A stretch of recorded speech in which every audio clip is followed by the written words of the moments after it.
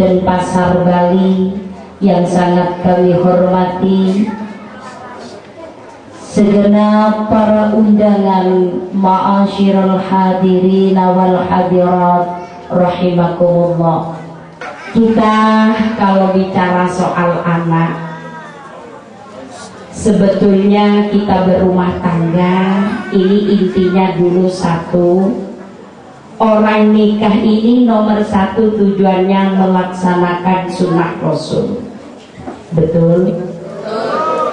Kemudian yang nomor dua, kita ingin mendapatkan ketentraman hidup.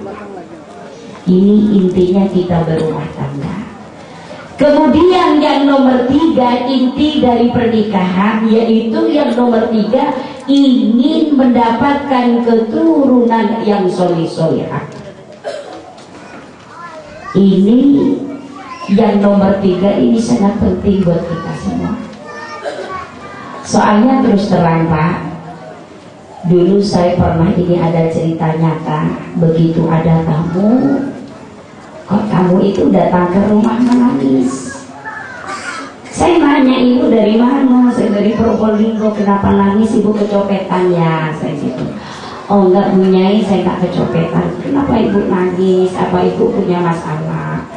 Tidak Bu Nyai, saya tadi mau masuk ke pondok lihat anak-anak kecil belajar baca Al-Quran, anak-anak kecil belajar doa sholat, anak-anak kecil membaca sholawat bersama. Hati saya terenyuh Bu Nyai, soalnya saya kawin sampai 7 kali masih belum punya keturunan. Dulu te pasangan takut tadi keturunan.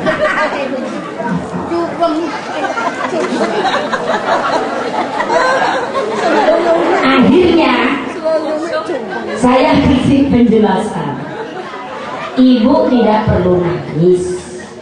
Kalau memang ibu tidak punya keturunan, ini memang semuanya dari Allah. Cuma kalau ibu sekarang bisa berpikir ya, nggak kurang orang banyak yang punya anak tapi hidupnya menderita karena memikirkan ulahnya anak yang tidak mendukung kepada kedua orang tuanya. Punya anak 3, hartanya sudah melimpah ruah. Tapi kenapa penghuninya rumah itu kok tidak pernah merasa ketenangan padahal sudah mempunyai anak 3? Nyatanya setelah ditanyain, kenapa Bu Samuel kok sampai punya perasaan seperti itu, sampai nggak pernah ikut kegiatan keluarga karena malu dengan tingkahnya anaknya? Iya Bu Nyai, anak saya yang pertama di penjara karena dia terlibat narkoba. Yang nomor 2 sampai sekarang dia tidak bisa dicari karena ikut imamnya Imam Samudra. Kemudian yang nomor 3 perempuan Bu Nyai, ya Allah, dia jarang pulang. Tak koman mulai laku mere melolok anakin terakhir. Ya Allah. Ini sudah punya anak tapi dia tidak pernah merasakan. Tapi ada orang yang tidak punya anak karena dia bisa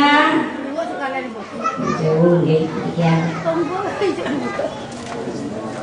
Sudah cukup banyak sudah.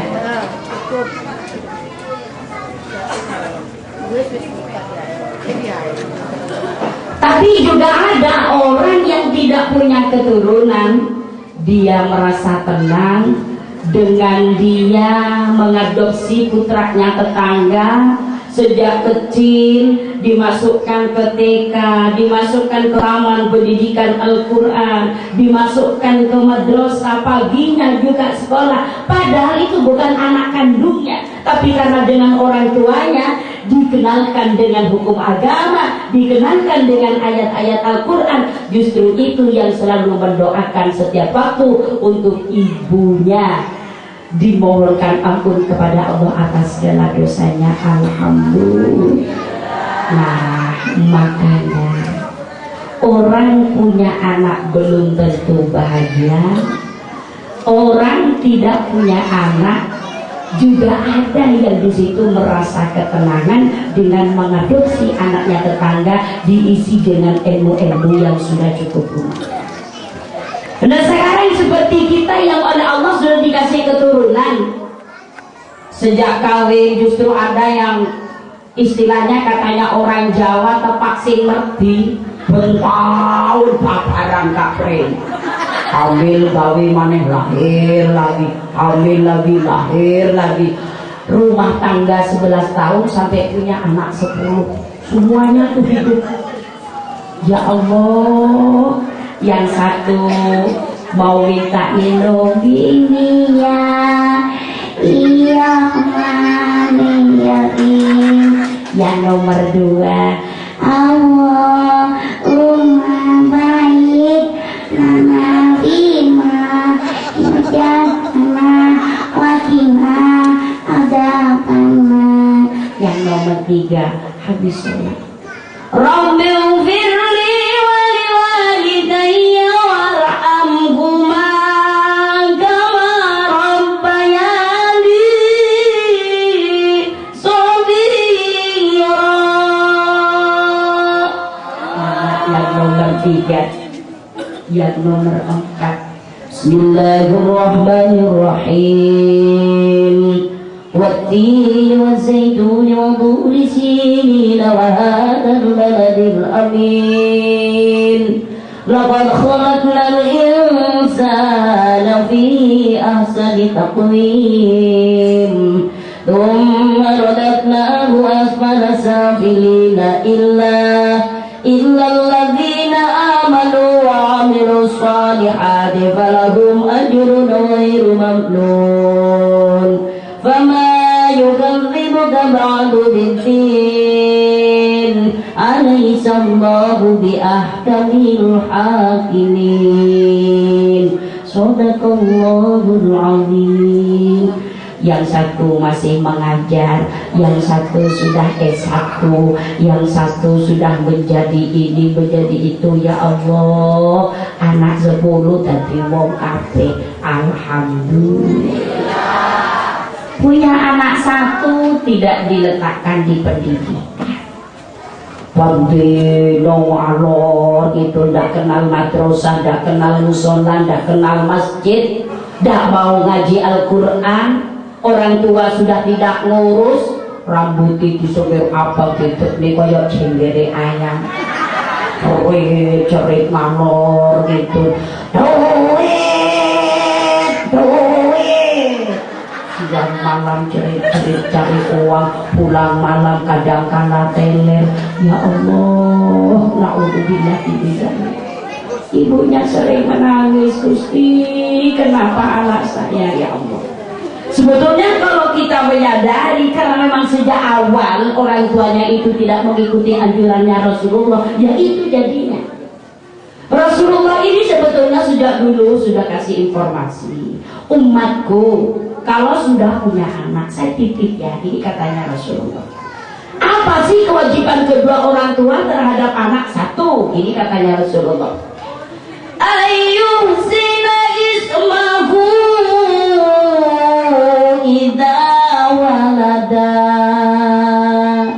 Katanya Rasulullah, kamu kalau sudah punya anak, tolongnya kalau bikin nama, kalau buat nama untuk putranya, carikan nama yang baik.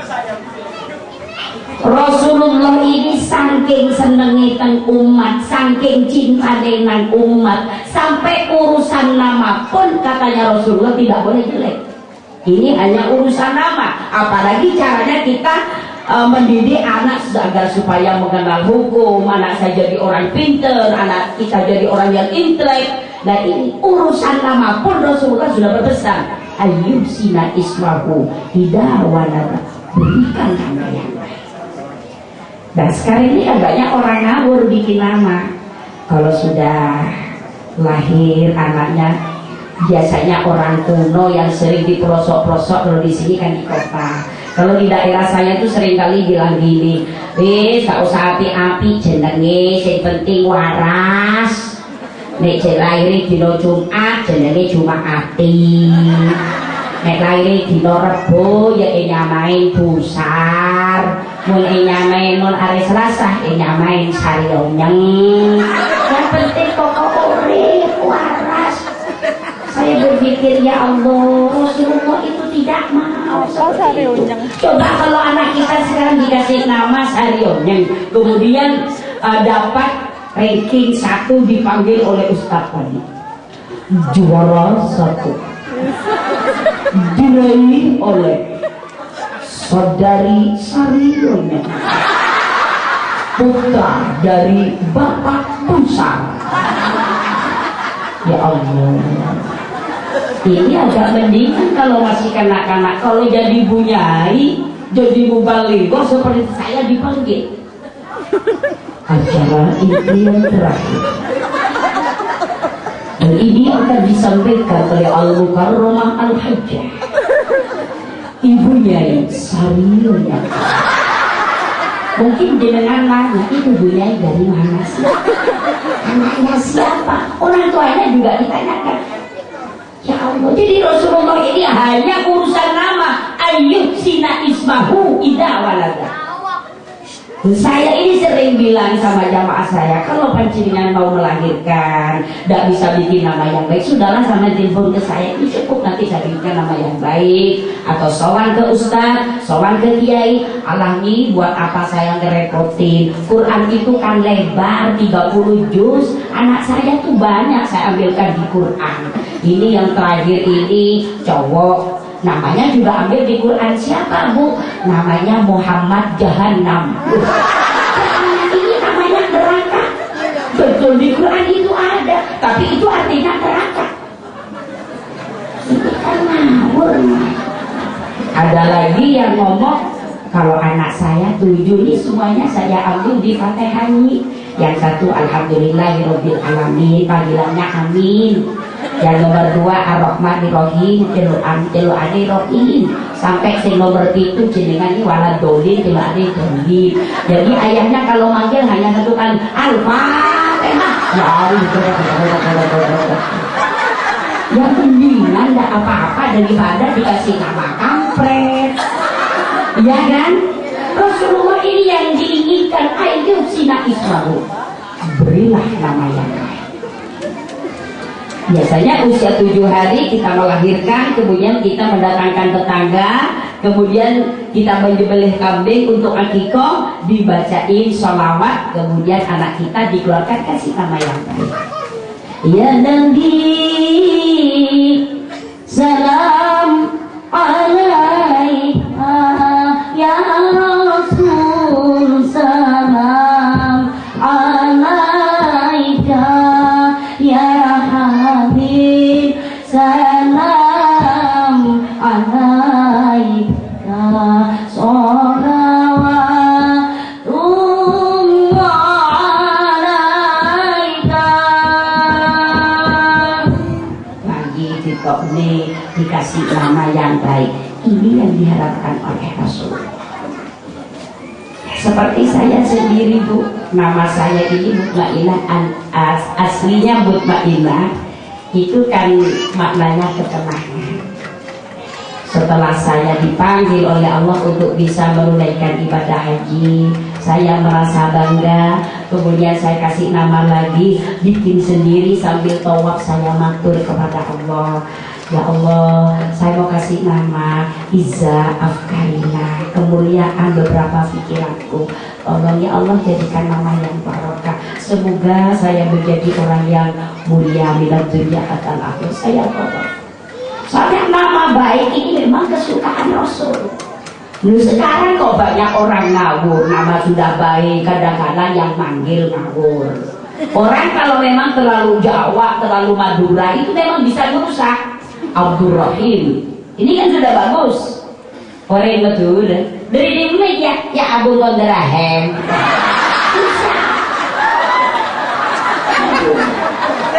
Kadung sing Jawa kenemenen, kate nanti kon kaki lo mewah durakin.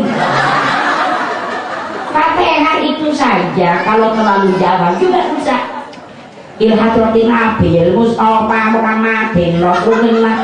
Ini terlalu Jawa. Jadi kita biasa-biasa sajalah. Nah, yang Madura ya sudahlah.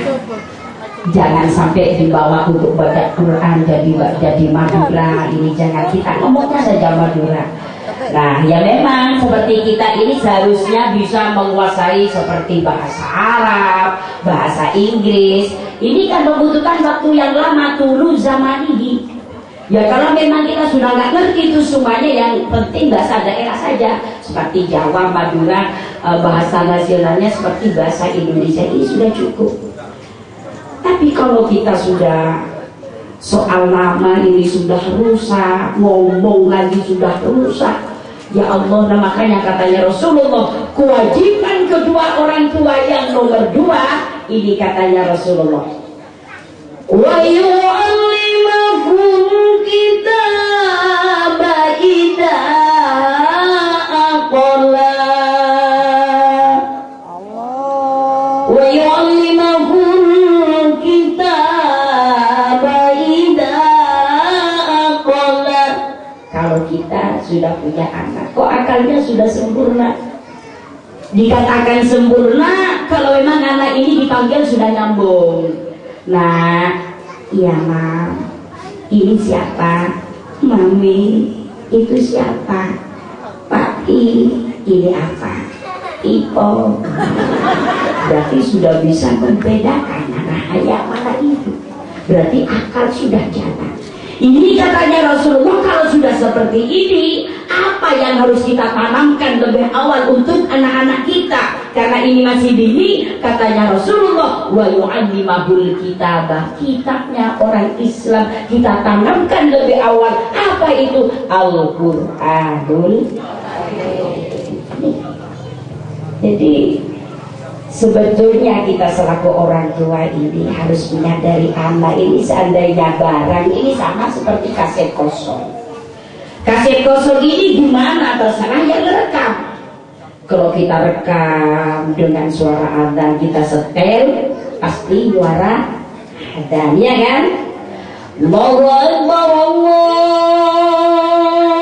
Allahu Akbar. Ini adzan di mana? Adzan di Kota Denpasar. Allahu Akbar, Allahu Akbar. Di mana ini? Wanasari. Ini seadanya rekaman. Kita rekam lagi anak-anak kecil baca sholawat.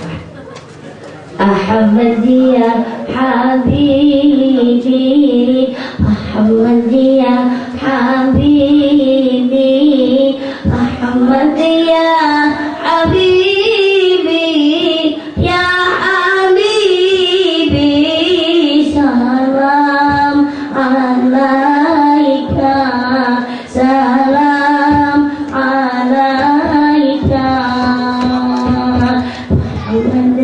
Itu persis. Jadi kaset terserah kita. Kok dilihat, oh ini masih kosong, dibawa kemana ya? Oh di sana ada ibu muslimat lagi baca tiba, dibawa ke sana dengan jenengan, langsung direkam.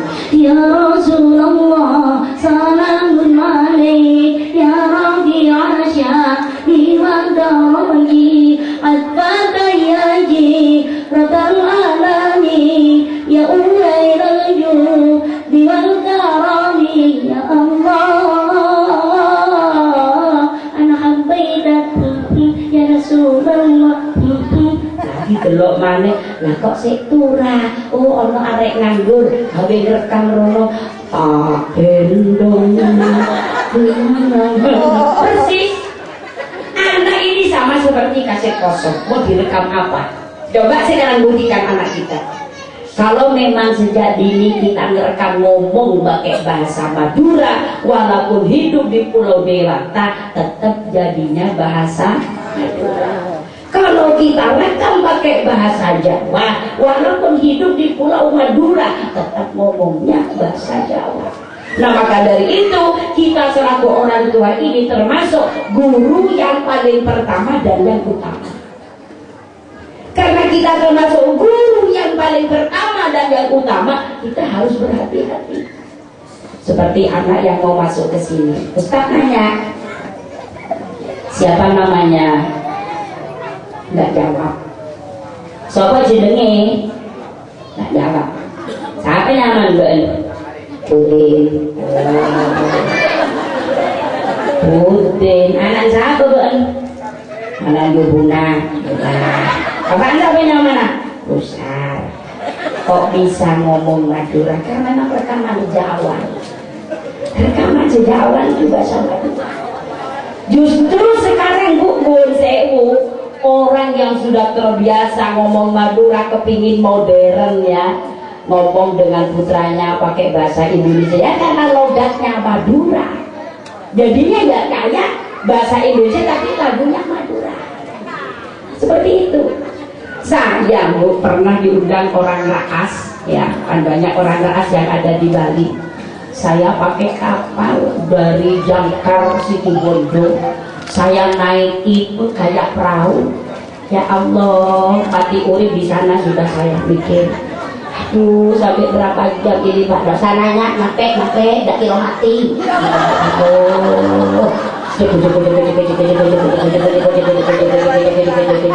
Pak, telepon kok tidak bisa, tidak ada sinyal. Iki mati, apa urip. Saya duduk gini, Ibu, ini ayam banyak ada. Iki piye?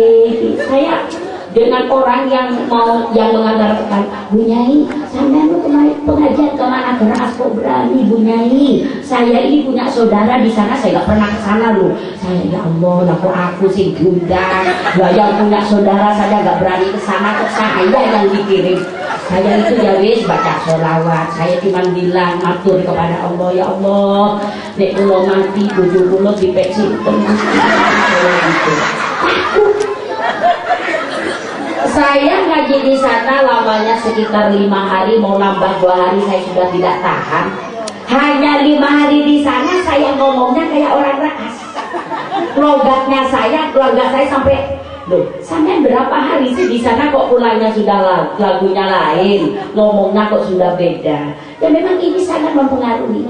Nah makanya seperti anak kita yang masih dini, apa rekaman pertama katanya Rasulullah? Wa yu'allimahul kitabah, kitabnya orang Islam, yaitu Al-Quran. Nah, lalu gimana caranya? Nah gini Pak, Quran ini dari juz 1 sampai juz 30. Tapi kalau anak masih dini, ya kalimah-kalimah saja. Allah, gimana sayang? Nah, ini berarti sudah rekaman pertama zikir. Sehingga kalau saya dulu anak saya masih usia 2 bulan, 1 bulan, kalau mau menggendong anak saya gak berani. Cak meturun ngejung dari Jawa ning gandang nyanyi mboten wani, karena ini masih dini. Anak masih tajam, daya serapnya masih tajam. Apapun yang disuarakan oleh orang tuanya ini direkam. Jadi kita selalu membaca zikir. Allahu Allahu Allahu Allah, Allahu Allah, Muhammad Rasulullah, sampai tidur. Sekarang setelah bayi ini tidur, kita buka lesannya. Ini yang namanya lidah ini ke atas. Ini maksudnya Allah, Allah, Allah. Ini rekaman Bu. Semakin mun sampeyan ngempun anak lagu ngijung melon. Nena bobo. Oh nena bobo. Kalau tidak bobo, kurangin teman cowok. Jadi apa? Dikit.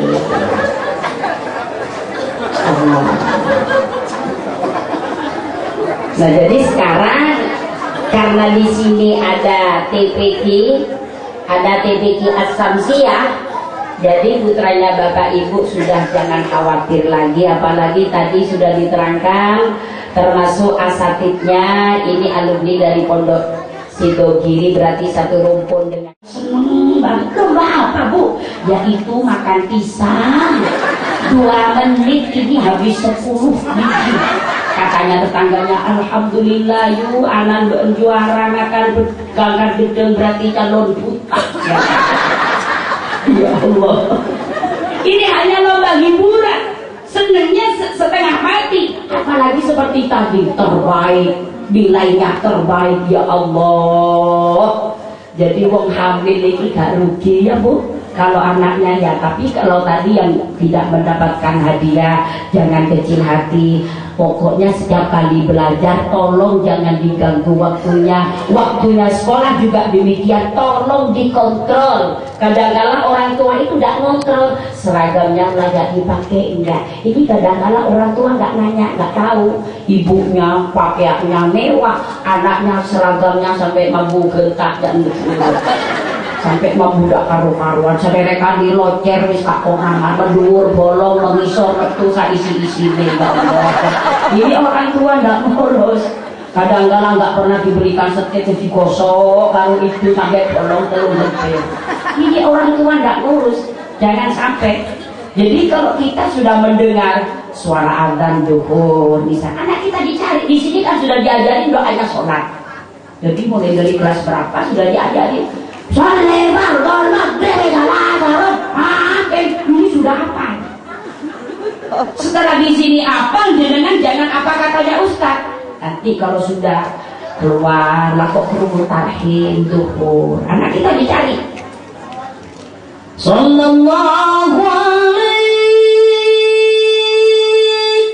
Sampai cari anaknya kemana anak saya. Wa ala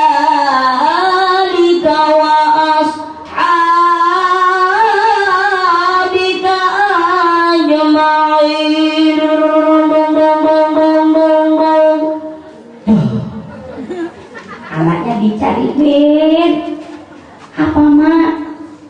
Min dalam apa rekamannya sing api anane? Min yo itu rekamannya sing rusak. Kenapa kamu rekaman?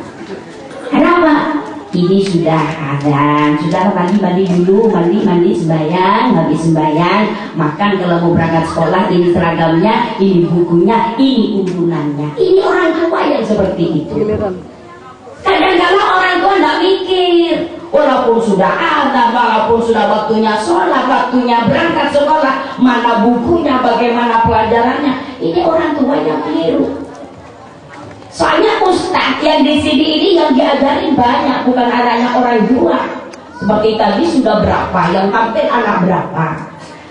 Ustadz ini termasuk salah satunya sosok manusia yang sabar dan betah, ingin menolong, memikirkan anak-anak bangsa. Kenapa? Karena ad-dinu manutun ala syubban, agama ini tergantung kepada generasi muda. Maka dari itu doakan Ustadz ini, ya Allah, mugi-mugi Ustadz jenengan diparingi dawa umur, kula gak iso mulang apa-apa. Mugi-mugi Ustadz sampai besok nomor jodoh sing salihah muslihat. Nggih, amin. Disalipan karo Ustadz ojo lumandak rebuk sampean nyopo. Kadang kok tak tahu Ustadz yo nau umur. Padahal itu sing keringetan. Iya. Umur Quran itu ya Allah. Tak berkata, tak domahu, tahu, alik domahu, rok domaru, dulu suku baranan urunan, tak berada, ya beranda, rok bataro, bayaro. Sampai itu. Ya Allah. Nah, sekarang ibu-ibu, alhamdulillah di sini sudah ada taman pendidikan Al-Quran. Doakan semoga lembaga pendidikan yang ada di sini semakin lama semakin jaya, semakin lama banyak santrinya dan sukses semuanya. Soalnya di akhir-akhir ini saya ingat sabda Rasul. Dulu Rasulullah ini sudah kasih info kepada umatnya, besok ini nek wis dunya akhir. Nah ini di situ akan ada satu zaman ya'ti 'alan nasi zamanun la yabqa minal islam illa ismuhu. Katanya Rasulullah, besok ini nek wis zaman akhir.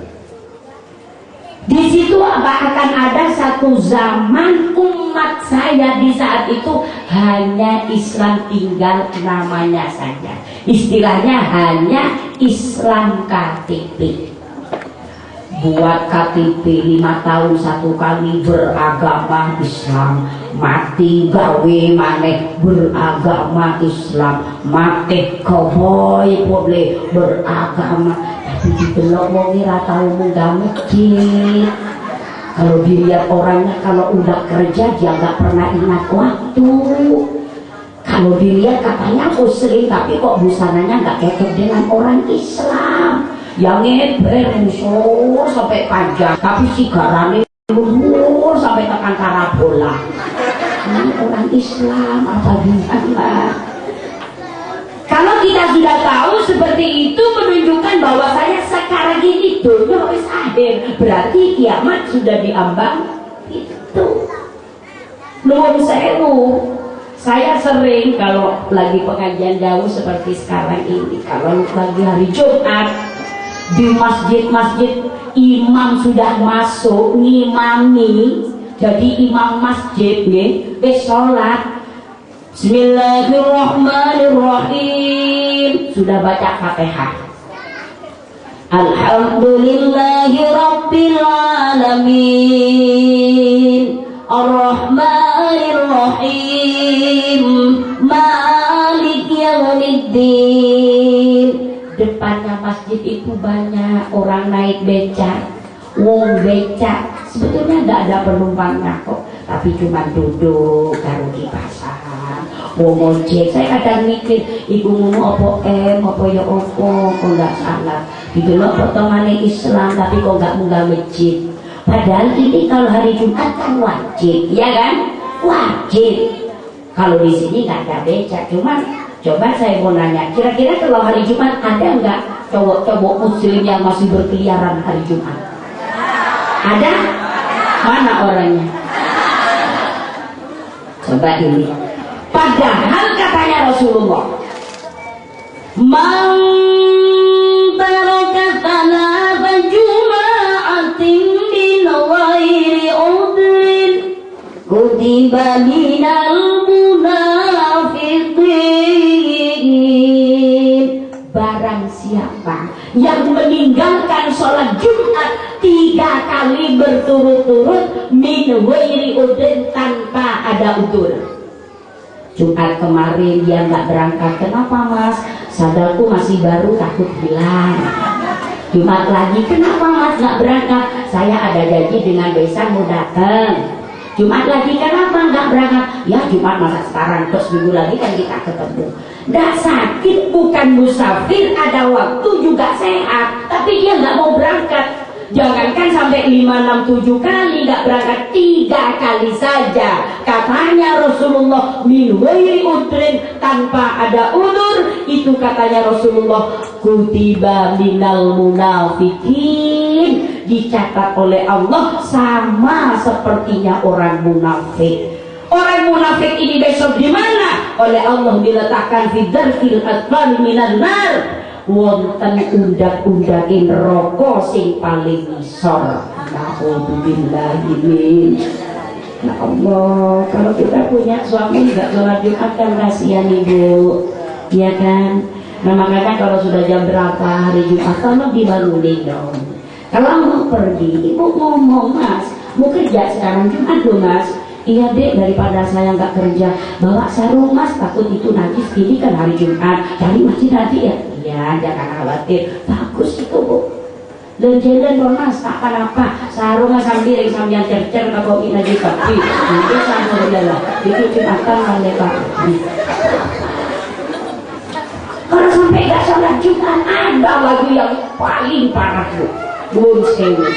Satu contoh lagi seperti orang rombongan mau ke Wali Songo. Di sini ada nggak?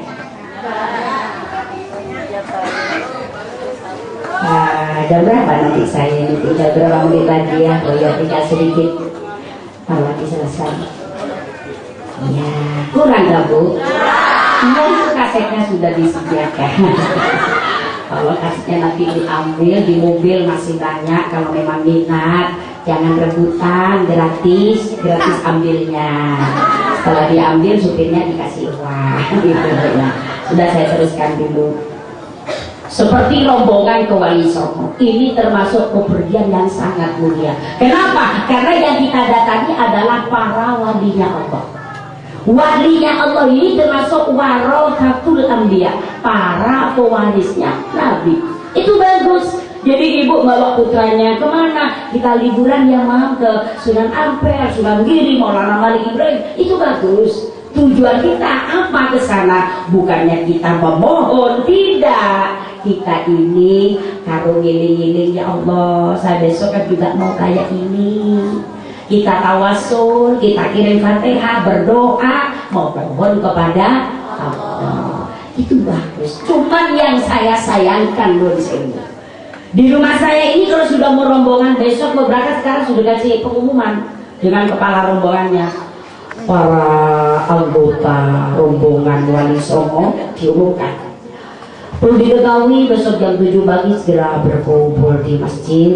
Saya mohon 1 KTP yang berlaku jangan sampai ketinggalan, 2 peralatan sholat, 3 peralatan mandi, 4 bekal makan kita karena perjalanan kita membutuhkan 7 hari 7 malam. Terima kasih.